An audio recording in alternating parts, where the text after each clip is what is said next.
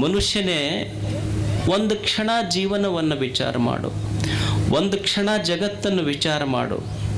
ನನ್ನ ಜೀವನ, ನನ್ನ ಹೊಲ, ನನ್ನ ಮನೆ, ನನ್ನ ಸಂಪತ್ತು, ನನ್ನ ವ್ಯವಹಾರ ಇದನ್ನು ನಡೆಸಿದವರು ಯಾರು?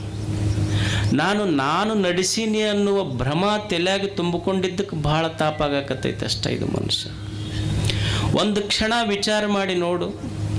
ನಾ ಹೇಳ್ತೀನಿ ಇಲ್ಲೋ, ನಾ ಏನಂತೀನಿ ಅಂದ್ರೆ, ನಾನು ಉಣ್ತೀನಿ, ನಾನು ತಿಂತೀನಿ, ನಾನು ನೋಡ್ತೀನಿ, ನಾನು ಕೇಳ್ತೀನಿ.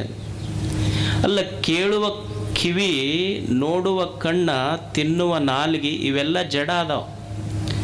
ನಮಗನಿಸ್ತೈತೆ ಅಷ್ಟೇ. ಕಣ್ಣಿನಿಂದ ನಾನು ನೋಡೀನಿ, ಕಿವಿಯಿಂದ ಕೇಳೀನಿ, ನಾಲಿಗೆಯಿಂದ ತಿಂದೀನಿ, ಕೈಯಿಂದ ಮಾಡ್ತೀನಿ ಅಂತ ಅನ್ನಿಸ್ತದಷ್ಟೇ.